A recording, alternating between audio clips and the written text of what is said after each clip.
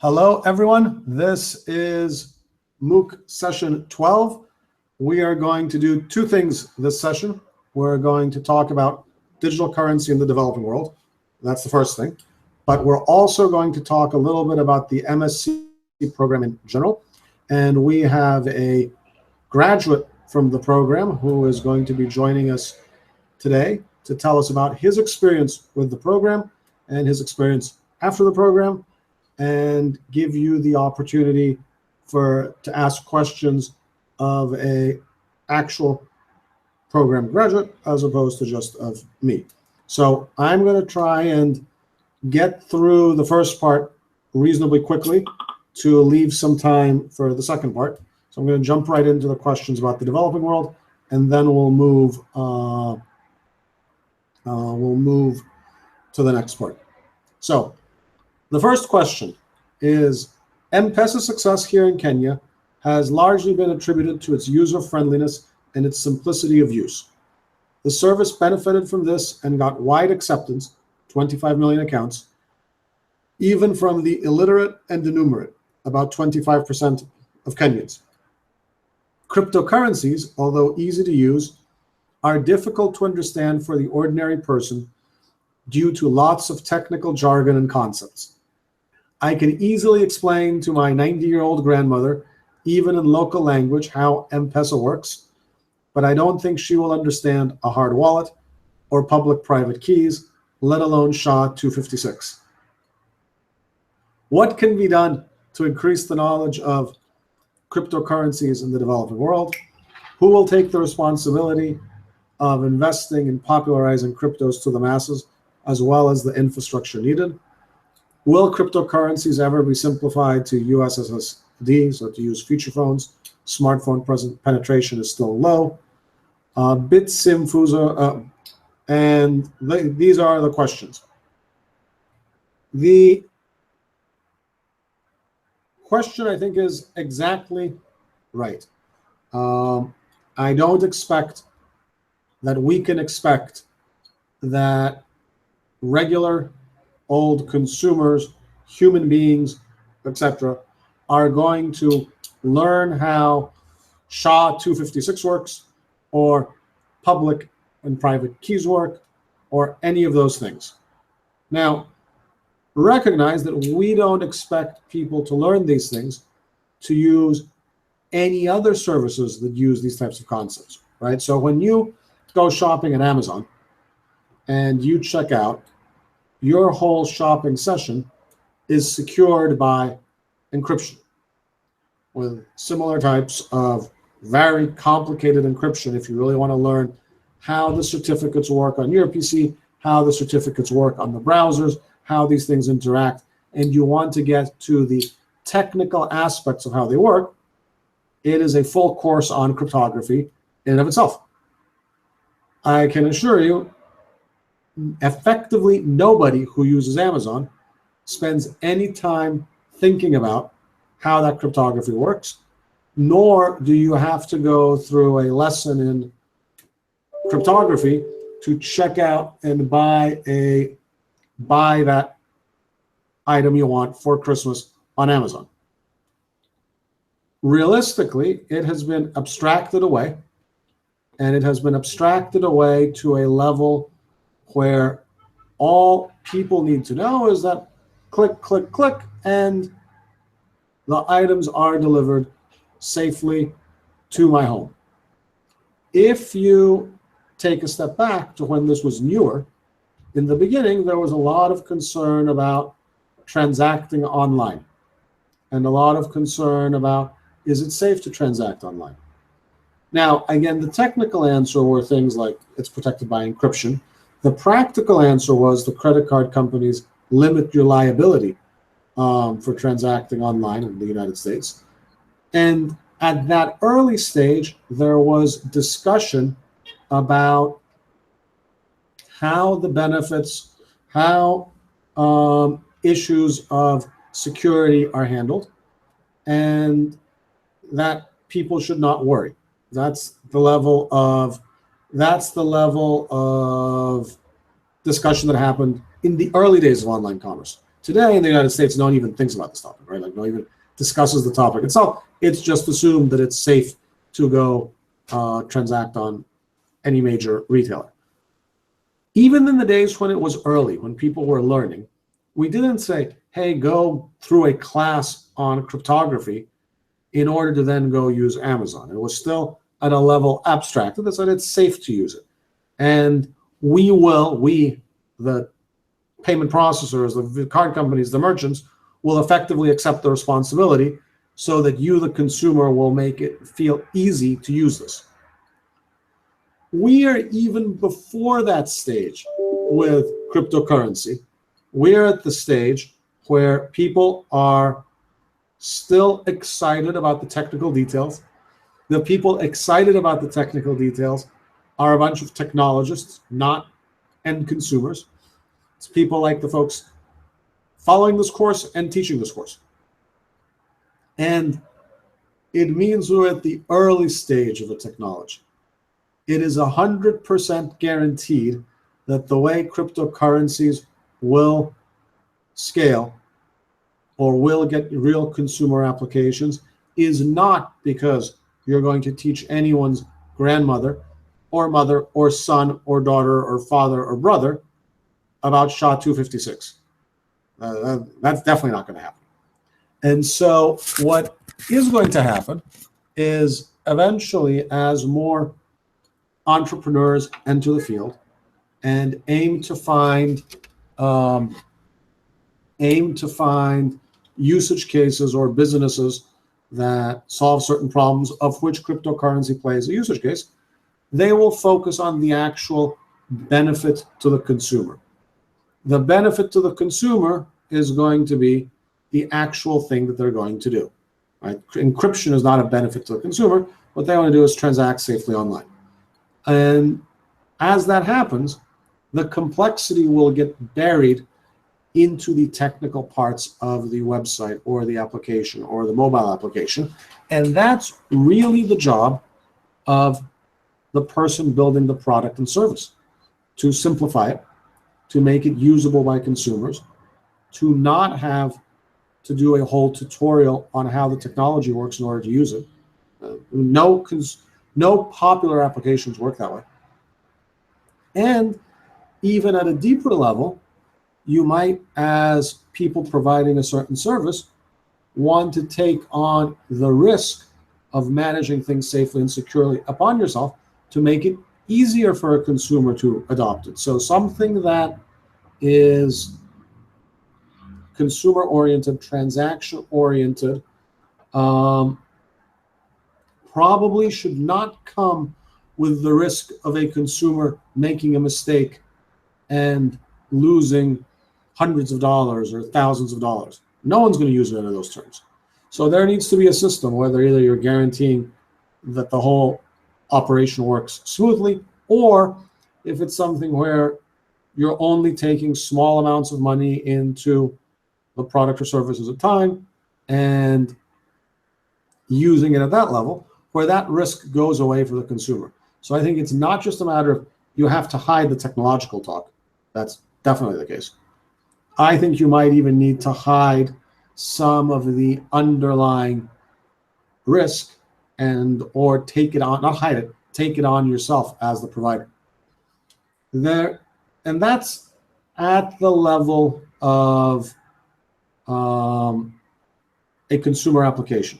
And so to answer the question of 1 and 2, what can be done to increase the knowledge of cryptocurrencies in the developing world? Who will take on the responsibility of popularizing it? It's going to be, I believe, entrepreneurs who are building businesses in this area. It is not going to happen because of public education. It's not going to happen because of universities. I think it happens because people have a profit motive to build a business, and they're going to work and work and work on making a product and service that is viable and interesting for people. And if they do that, they're going to make it easy to use, and then it will progressively get popularized. Now, there's another way to look at this problem. It could be the case that in the developing world, Bitcoin plays the role of a wholesale payments and settlement systems, not a retail payments and settlement systems. So imagine if you have national level payment schemes and Bitcoin just works in the background on a B2B level as a settlement scheme between them. That could be something where it could remain fairly technically complex, but if the consumers aren't seeing the applications of it, then it might not be that relevant because they're still operating one level up. Remember, nobody in any consumer payment service today in the normal world operates with an irreversible electronic system, something like a real-time gross settlement system like Fedwire. Everyone's operating a level up. They're operating with their bank, they're operating with their credit card company, their debit card company. So these are layers built on top of the base settlement layer. That might be the same case here. There might be a base settlement layer that is used institutionally, and that is a cryptocurrency, and the consumers are using something one level up. There's a third way to look at this question. If you believe, like I believe, that machine-to-machine transactions are going to be a big use of cryptocurrency, it might be happening in a manner where it's embedded in the software of a machine, and it is doing whatever it's doing, and you don't even see it. Just like the same way you don't worry about, if you are a consumer in Kenya, how your SMTP server is sending your emails. You just know that you send an email and it ends up over there. It might be the same thing, that you are allocating solar energy from your solar panel to your village and getting payments for it. And that might be happening through a blockchain or Bitcoin or some private or public blockchain. And that's just built into the software in your solar panel. And all you know is that you spent $300 on the solar panel and you're earning back $2 a day.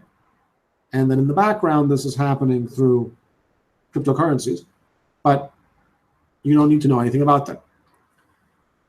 We talked about this in the other sessions as well. I believe if you're talking about consumer level applications, it has to be this way. If it is not this way, it will not scale.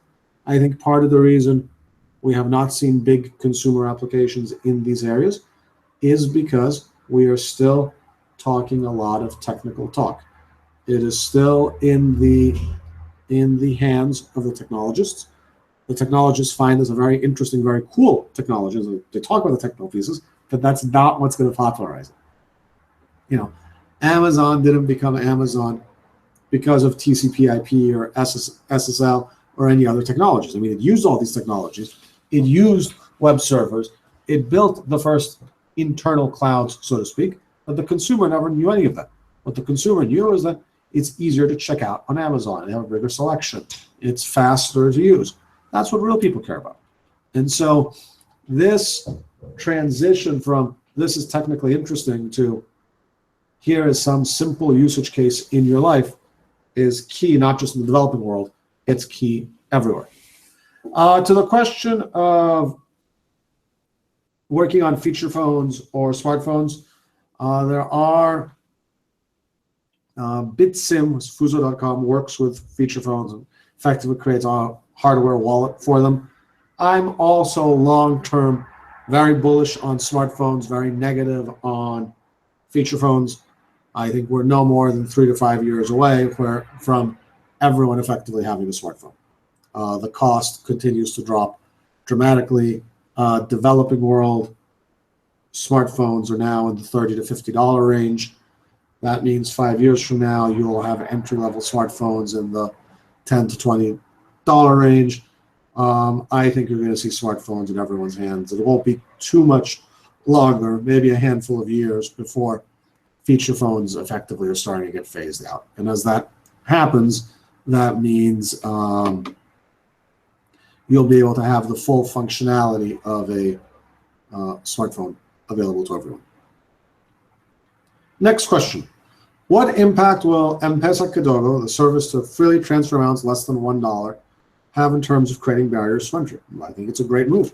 I think it will create barriers to entry. I think M-Pesa has been, an amazing success, has strong network effects, has strong barriers to entry. It won't be easily disrupted.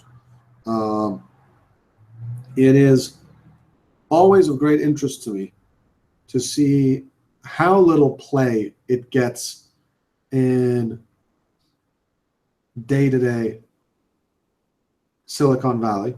I mean, if some country in Europe had this advanced mobile money, there would be, or in the United States, if it was happening in California, we'd be hearing so much about how it's disrupting money and it's worth billions and billions of dollars, and it shows how wonderful Silicon Valley is. And you hear a little bit about M-Pesa, but nowhere near as much as I think you would hear if it had happened, in the United States. So disrupting, let's say, M-Pesa with Bitcoin, it's not anything that could happen easily, in my opinion. Next question. Recently, India took the radical step to demonetize some of their most used notes. Yes, they did. In fact, they did it the night I was flying to India. And so I arrived in India and couldn't take out any. I could take out 20 euros worth of cash. I had some general hypothetical questions. If too many people rush to use something that they don't fully understand, does it leave room for scammers to manipulate people for their own means? I'm not referring to the actual blockchain, but services around wallets and purses and holding of codes and signature. Yes, absolutely. That's going to happen. That does happen. Second, how can Bitcoin and digital currency control the rate of implementation of their medium so it's successful in the long term? I don't know. It's an open source protocol. I mean, it's hard to say that anyone can control usages of the Bitcoin protocol. Part of why it's interesting is it's permissionless open source protocol. And so when you think about how you would prevent someone from using it to run a certain service, that's not totally obvious to me that that's doable. Third question in this series. At present, most currencies are state-owned and controlled, and the banks who deal with holding everyday people's money have to abide by state laws and regulations.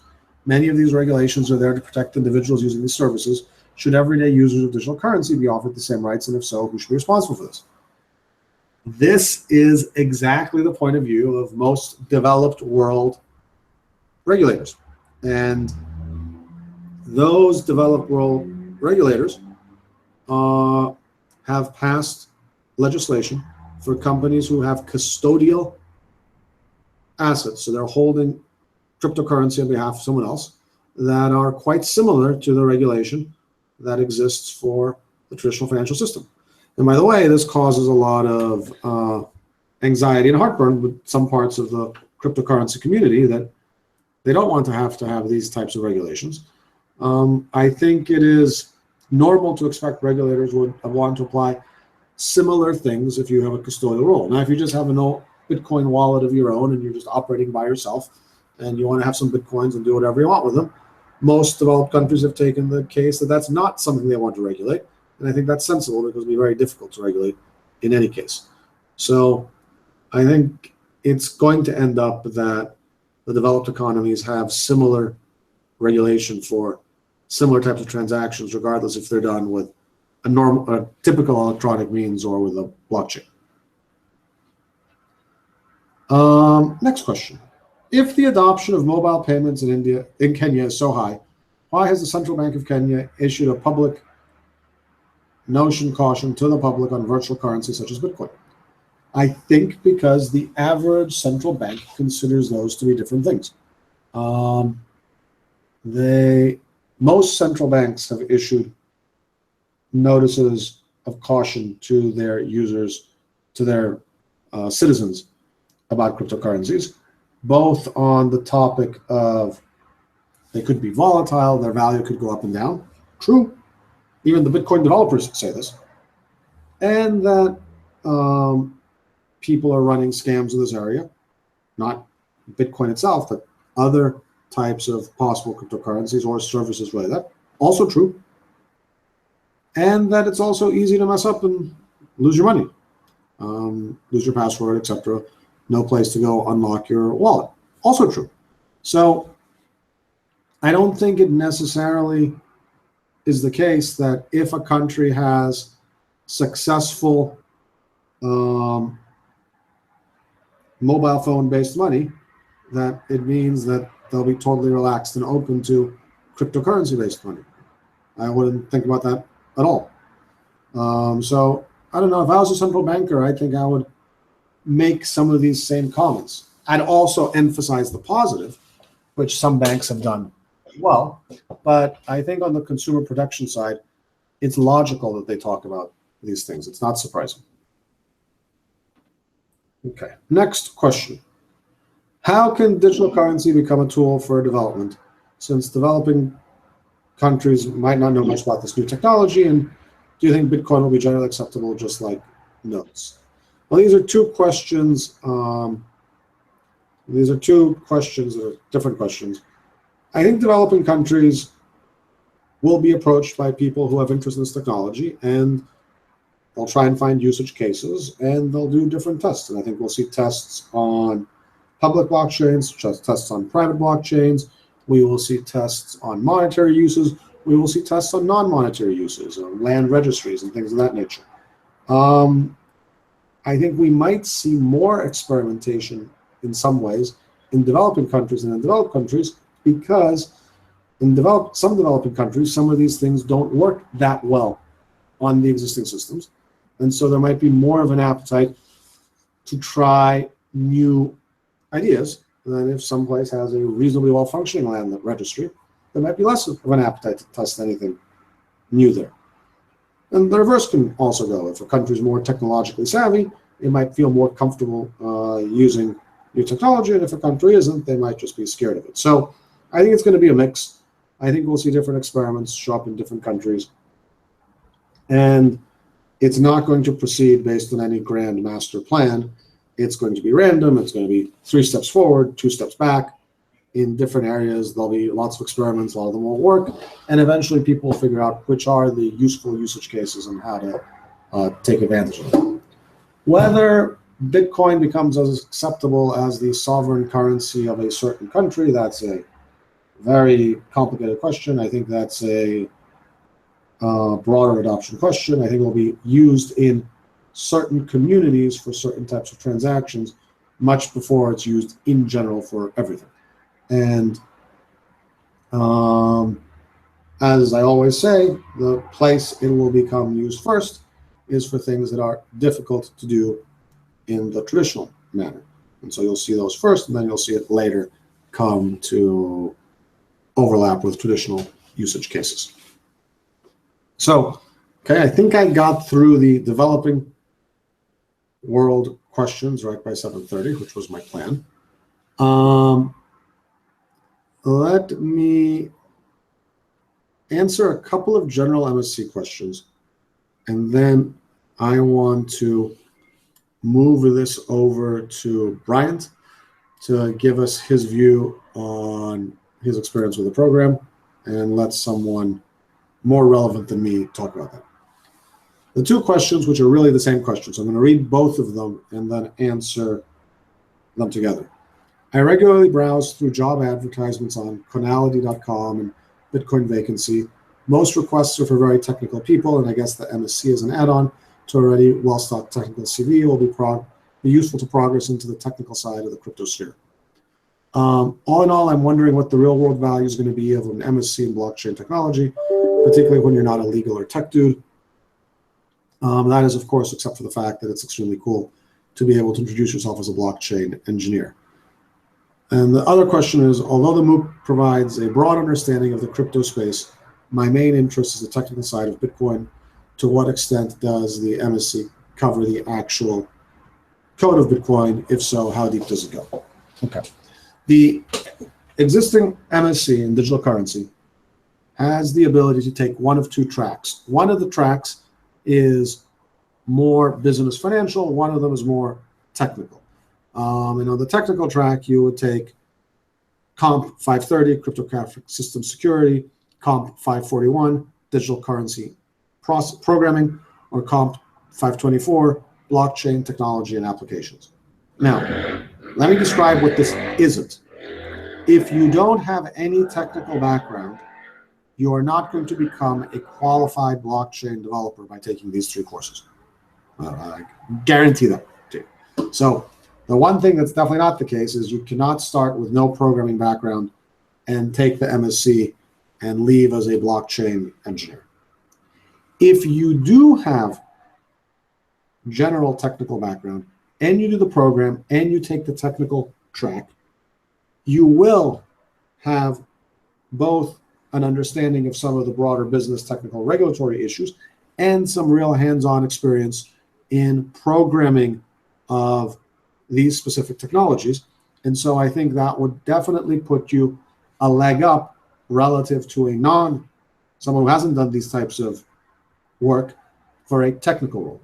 Now, a lot of people take the MSc, most of them in fact, do not aim for a technical role in a technical outcome, because one of the things that might not be obvious if you're browsing the technical boards is for every business in the space, for every startup in the space, you're going to have the software engineers, and then for every software engineer, there might be 2 or 3 other people doing all types of other activities at the firm who are not software engineers, but would absolutely benefit tremendously from having a good understanding of blockchain technology, and both from the technical aspect, how it works, but also the legal, regulatory, financial, etc. aspects.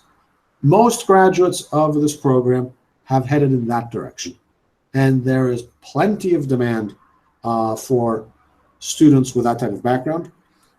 There is in general, I think, a shortage in any area of any type of role relating broadly to blockchain. And so I think there will be no limits in the there will be plenty of opportunities for folks who are business plus some tech to take a business role within a Bitcoin-oriented company, a blockchain-oriented company, or remember, the whole traditional financial Internet of Things or other sectors where a supply chain, where Bitcoin or blockchain is going to play a big role, and there you have hundreds of thousands of people employed. These things are going to become relevant, and at a first approximation, nobody knows the first thing about this topic. So there, having a good business understanding, legal understanding, regulatory understanding, and a decent technical understanding about this topic would put you in way ahead of your peers in this area. So let me summarize. If you are not a software developer, you're not going to be able to do this program and come out a blockchain software developer. If you are a software developer and take the technical track, you will get a good introduction to Bitcoin, blockchain, digital currency issues in general, and a decent start on programming in these areas. So you'll be in pretty good shape coming out. If you're non-technical and you don't do the technical track, which is what you should do if you're not technical, then I think you're in a great position in a non-development role at a startup or in any large corporation that is looking at this area. And I guess I should also add to that, in governmental agencies, regulatory agencies, and so on. So it's not just the banks, the supply chain firms, the IT firms, the manufacturing firms, but any of the relevant government agencies. So I think there's a ton of opportunity in this area. We're at the beginning of a sector that's going to grow for the next 20 years. This puts you many steps ahead on an academic basis than practically anyone in the world can go get in terms of a credential in this area. There is still no other academic credential focused specifically on this area. And in that light, I think it's opens up a lot of opportunities. I will also mention that we expect, it still has to go through a variety of internal procedures, but I expect that by the fall, our master's in computer science will have a concentration in blockchain technologies. That's a different degree altogether. There you have to be technical. You have to have relevant background at the undergraduate level in computer science. And there, you're definitely leaving the program with a technical orientation. And I believe that is going to be available for new enrollments in fall 2017, but we are not ready to announce it because it still has to go through a variety of quality assurance procedures. So if you are dead set on doing a fully technical program that is just all computer science, then still talk to us and let's put you on the waiting list, and hopefully in the next 3 to 4 months we'll be able to announce that program that exists as well, and that's a fully technical program. So with that, I am going to be quiet. I am going to let Bryant take over, and George, why don't you switch us and give the floor to someone younger and more dynamic than me.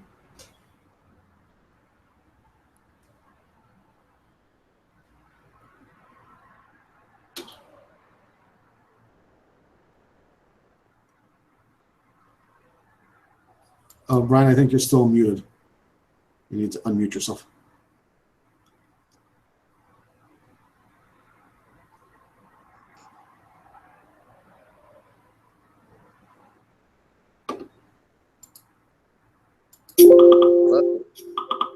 Hello.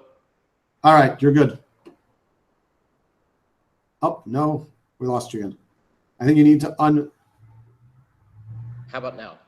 There you go. Okay. Perfect. Perfect. Great. So thank you, everybody. Thanks, George, for inviting me, and thanks for the introduction, I suppose, Antonis. I'm going to, I think, rely a little bit on both you and George to sort of help me make sure that I hit the questions, hello, that everybody has. So am I still connected? Yes, you are. Perfect. All right, great. So let me just say a little bit about myself. First of all, I am, believe it or not, I am a physician. I am a surgeon. In 2008, 2009, I came across the, I think the Satoshi white paper via Slashdot, and had a look at it, and that sort of kept me distracted for a number of years. I am not technical, certainly not officially, but I am somebody who I think has had, who has been a closet geek for many, many years, long preceding the Bitcoin paper, which means that as far as I was concerned, I had already been involved with PGP keys, a little bit of basic cryptography all the way back in 1998, 1997, and playing around with those things. So all of the concepts were not necessarily foreign to me. Nonetheless, in 2009, 2010, I got very sort of distracted by the papers and was always sort of looking online to find any kind of information that I could find about what was going on. And at that time, if you looked on YouTube, there were basically 2, 3, 4 videos, and that was about it. What I can tell you about that time was that it was a fairly frustrating time because of 2 reasons. There was a lack of information out in the general public. And to be honest with you, there was nobody to talk to locally about this Bitcoin and or the underlying technology. So that gets me to the reasons basically why I decided to pursue this course. So, and I would say that there were 2. One was an emotional reason, basically because it was lonely and I wanted to find other people that were also interested in this, that wanted to talk about this and think about this. And then I think the more cerebral reason was because I realized, or at least I thought, that this was a significant innovation and development in the world. And I wanted some type of formal way to place this technology into the world that it was coming into, as far as the regulatory landscape, the technology landscape, the different, I would say, the landscape of the payment landscape, if I'm thinking more about the Bitcoins, and the legal landscape. Honestly, how are regulators going to be looking at this? Where does it fit in? So those were the 2 main reasons why I actually joined the program. I believe I enrolled in end of 2013, beginning of 2014, and we graduated in the first class in June of 2016. There were, I think, 15 of us, or 14 of us.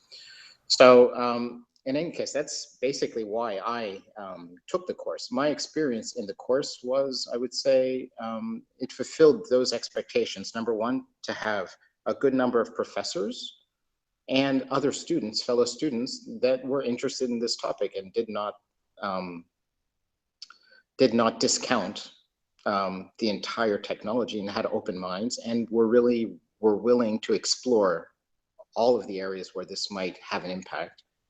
And then finally, I have to say that, yeah, there was a very good treatment of the legal aspects, of the payment system aspects, the different potential use cases in the developing world and the developed world in different industries, and also a treatment of the various digital currencies that were out there and potential use cases.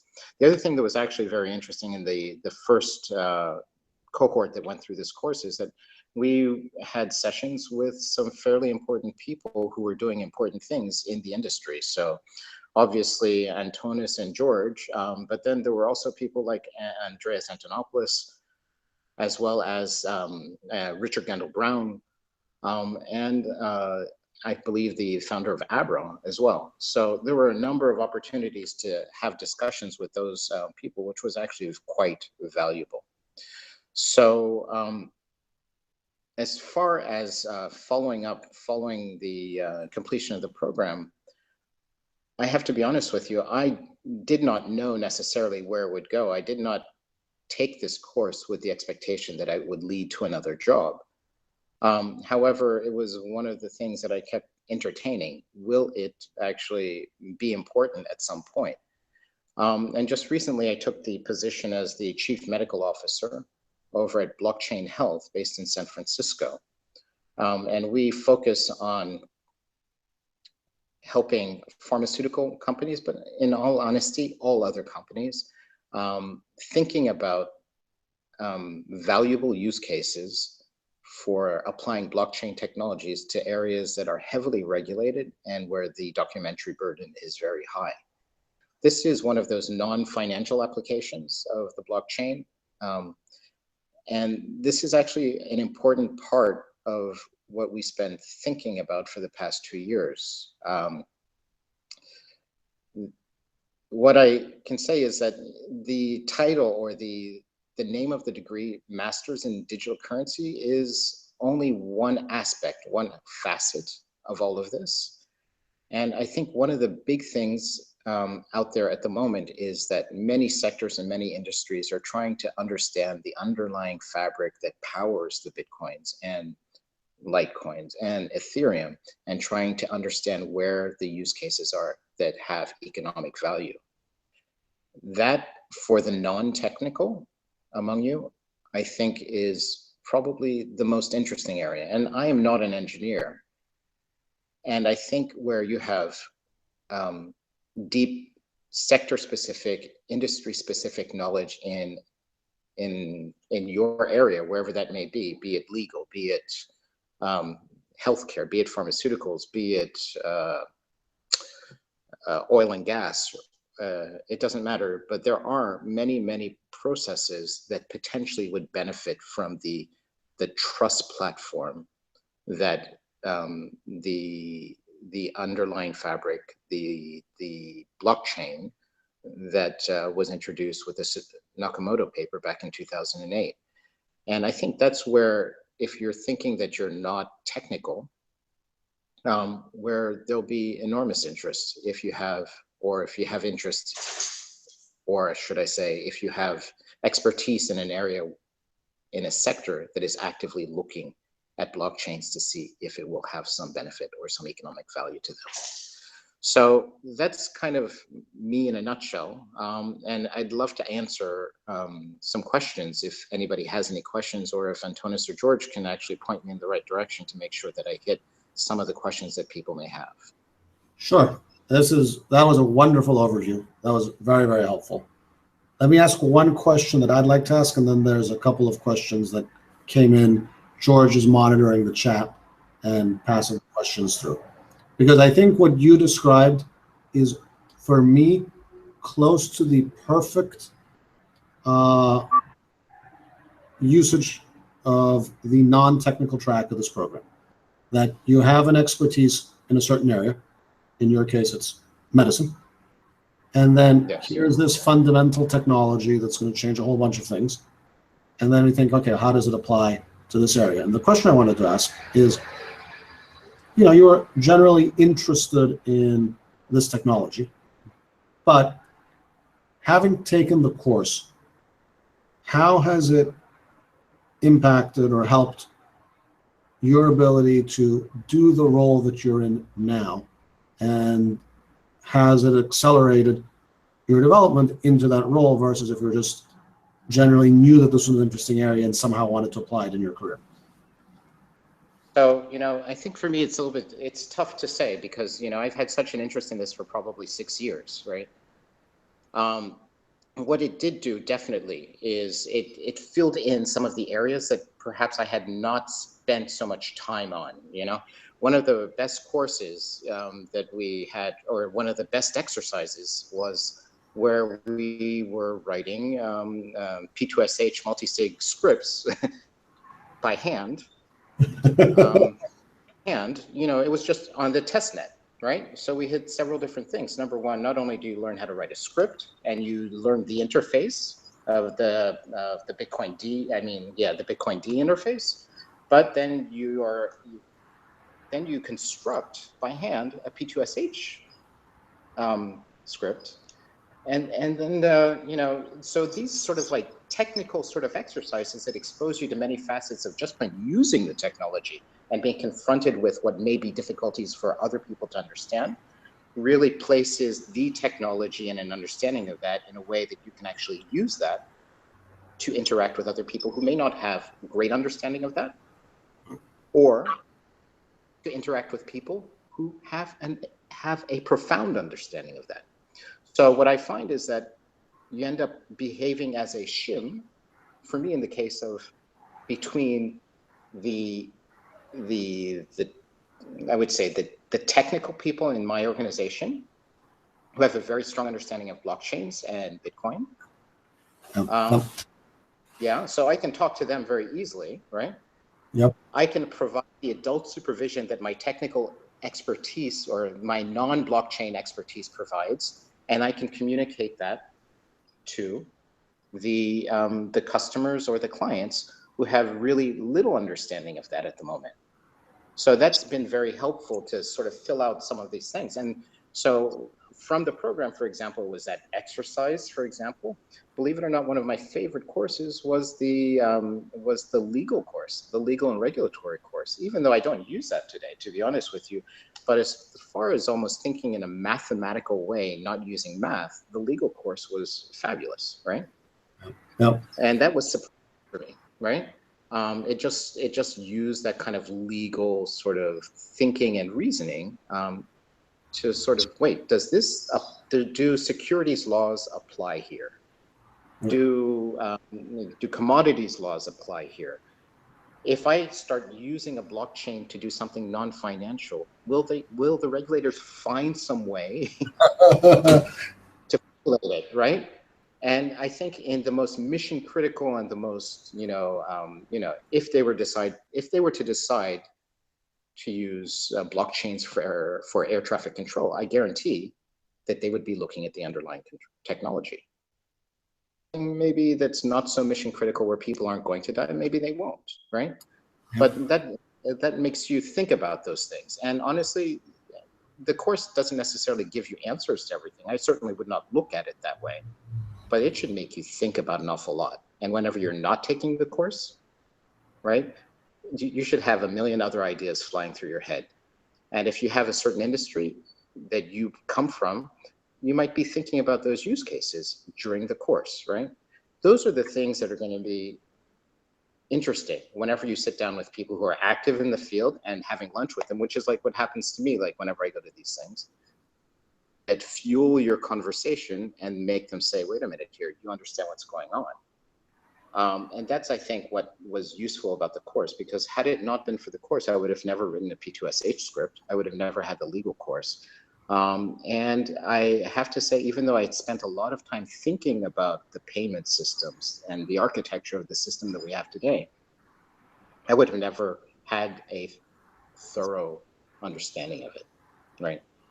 So yeah, I would say that it's called a course or a master in digital currency, but I think the most valuable things for me were honestly thinking about all of the other aspects of it, not just the Bitcoin. Yep. Thank you. That's very helpful. I think it's also very fair to note, and I will say this, we do not have the answers to all the questions.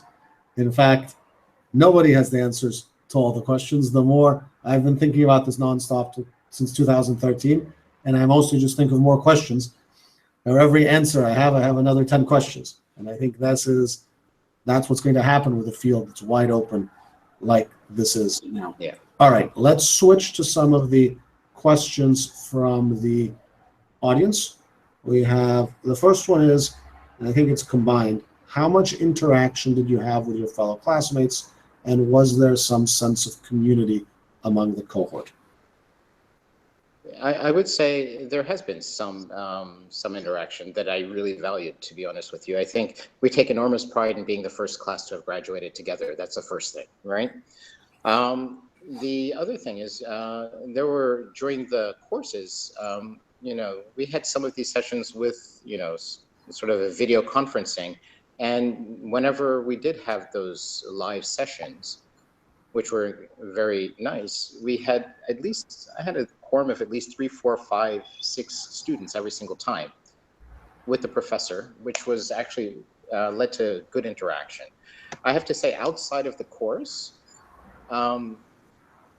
I sort of joined with 3 of my other classmates, and we sort of occasionally blog / write not papers, but we produce written work, I suppose, on a blog, Crypto IQ, things every now and then. So that's 3 of us that are together, 4 of us, I should say, all together on this blog. And we just sort of occasionally write. There's no schedule. We just write whenever we have something that's interesting.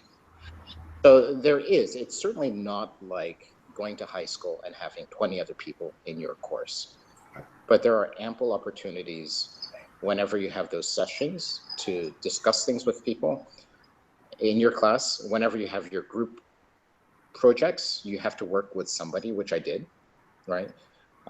And honestly, beyond the structure of the degree and the course, we actually managed to sort of publish our thinking and writing on a blog, which is an opportunity to interact with the people that we work with.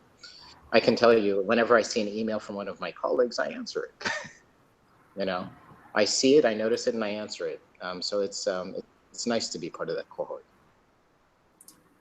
That is wonderful. And just for the people who are just in the MOOC, one thing for them to know is when we do courses, these sessions in the course where the groups are much, much smaller, in any given online session, we're usually less than 10 people, we can use technologies like Hangouts where we're all on the video together, and it's a more interactive experience. Unfortunately, we have not found a good technological solution when 50 or 70 people log on, as with the MOOC, where we can keep everyone on video. So we have this hybrid scenario where I'm on video or Andreas is on video and everyone else is chatting.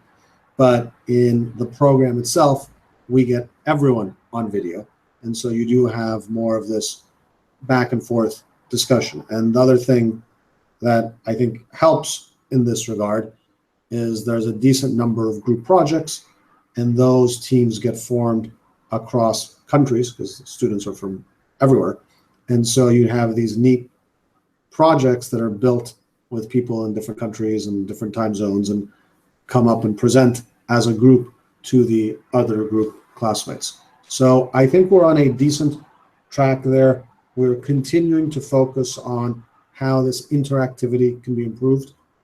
Fortunately, technology is going to help us here as it gets, what we're, even with the level we're doing now, would have been very difficult to do 10 years ago. right? The video conferencing technology wouldn't be available on people's home PCs. And so I think we're heading in a good direction there, and will be helped along by technology. One of the questions, and I don't know if you can answer it, and if not, I'll let George answer it, but what are there, someone asking other examples of what colleagues graduating with you have done after the master's? So I can just point to, let me see. Marcella, I believe, is at UCL London in, I forget which department exactly, but treating the areas of blockchain governance and things like that. She comes from a background, I believe, with a PhD in political science from Italy. Yep. Griff Green is I think he is the community manager for Slockit, who I think he came from a background of either mechanical or chemical engineering. Yep. Albert, I can never say his last name, but Albert, who basically was the founder, along with Paul Jones, of Crypto IQ, is in Canada. I believe he's doing some sort of consulting work by himself. He's written a book about, I believe, I want to say it's mining technology and application of mining in this space, and is active on the Crypto IQ side, and I think has clients. And Paul Jones, I believe, also is an independent Bitcoin consultant, having left. He was in Hawaii, I believe, has just moved to the mainland, and it also is continuing with both Crypto IQ and other sort of consulting opportunities. I'm sure there are others, but those are the people that I most closely know. And I believe there's someone in Australia who runs an Explorer. Jared Springs. Exactly. And there's somebody, I want to say, not in Moldova, but I think he was over he actually attended the graduation. I forget. Griff attended the graduation, but there was somebody else that attended. Alexander Matamovic. He's Serbian, and he runs Bitcoin exchange in Belgrade. And there's also Francois, who currently runs the biggest store in Open Bazaar. Yes. China. So, I'm sorry, Alexa is deciding to answer your questions. That's fantastic. I think it's, as a general rule, from what I saw, almost everyone, if not everyone, ended up broadly in the space. And it's consistent with what we thought this program would be directed to what we said earlier in this session, that it doesn't mean they're going to become core developers, Bitcoin, or even software engineers at a company, but they will be the managers or the leaders or the entrepreneurs in initiatives in the broader space. And that could be at established firms, at startups, at things of their own. Consulting is another area I didn't mention, but it makes sense that there will be a lot of demand for consultants in this space. So I can say one thing. I know certainly in the pharmaceutical industry and the healthcare industry, they're very, very, very committed to sort of trying to understand where these technologies can actually be useful. However, I think at the beginning right now, and I applaud them for doing this, but they're kind of without much direction, I think, throwing up many, many, many ideas and seeing where it's working. And I think one of the, I suppose, the ways that we will mature as an industry is getting to a point where we might be able to say, hey, these are the features of a process that are interesting for deployment over a blockchain. Yep. And that is where we should target, right? And I think when we can set up ourselves to actually provide that insight, that's going to be very, very useful to the industry. That includes not just technical people, but that also includes the non-technical with deep industry experience. Yeah, that's the stage when it starts becoming a normal industry, when you say here's the overall industry and here's subsector A and subsector B and subsector C, and think about, there was a time when people spoke about the internet as if it was a thing, right? And in the very early days, you look at the TV shows when people spoke about email or the World Wide Web, and everyone was very confused about it. And they'd say, it'd be on the Today Show or what have you, and that'd be very simplistic discussions about something that was a unified thing. And now if you said, oh, draw me a map of the internet industry, it would be hundreds of subsectors, everything from ISPs to mobile apps and different vertical industries and everything in between, and it became a full thing. And so there will be a time when general blockchain or Bitcoin programs probably won't be a thing anymore, and there'll be specializations. Just like today, you might be thinking about specializing in. I can see a day when there will be a whole program, a whole master's program about the law relating to blockchain, not a course in, like that you could go do a degree program just on law and regulation. But we're probably 5 to 10 years away from that, is my sense. We're still at the level that everything's an open question. Yeah, I think you're starting to see, well, for many years already, a lot of master's students, even bachelor students who have to write a thesis, and some PhD students who are writing theses on specific blockchain and Bitcoin topics, be it law, be it finance, be it anything. So it's actually, we've seen a lot of this. If you look on Google and you search thesis Bitcoin, you'll find theses that date back 3-4 years from today. Yep. Good. George, do we have any other questions? No, just like to remind our students that we have the final exam for the MOOC coming up this weekend. It starts on Friday and ends on Monday. So you'll have full 72 hours to go through the questions. And most importantly, don't forget that 15 of you, the top graded students for the final exam, will get the opportunity to get a 20% discount for their tuition fees for the MSc. And that's all I have to say. Well, it's a scholarship, George, right? It's the MOOC. It's a scholarship, yes, absolutely. Good. Let us take a moment to please thank Bryant for joining us from San Francisco. So it's morning time there, right? Oh, I'm in Florida at the moment. Florida. Okay, so it's noon. Yeah. Well, from sunny, it looks like it's sunny there. I can see out your window to the left. Yeah. Joining us from sunny Florida to let us know about his experience. Very, very interesting. It actually brought me more up to date, to be honest. I didn't know where the most recent developments with you. So that was interesting for me, and I'm certain it was interesting to everyone else in the MOOC. I look forward to hearing what, in fact, the insights are for blockchain in the health area.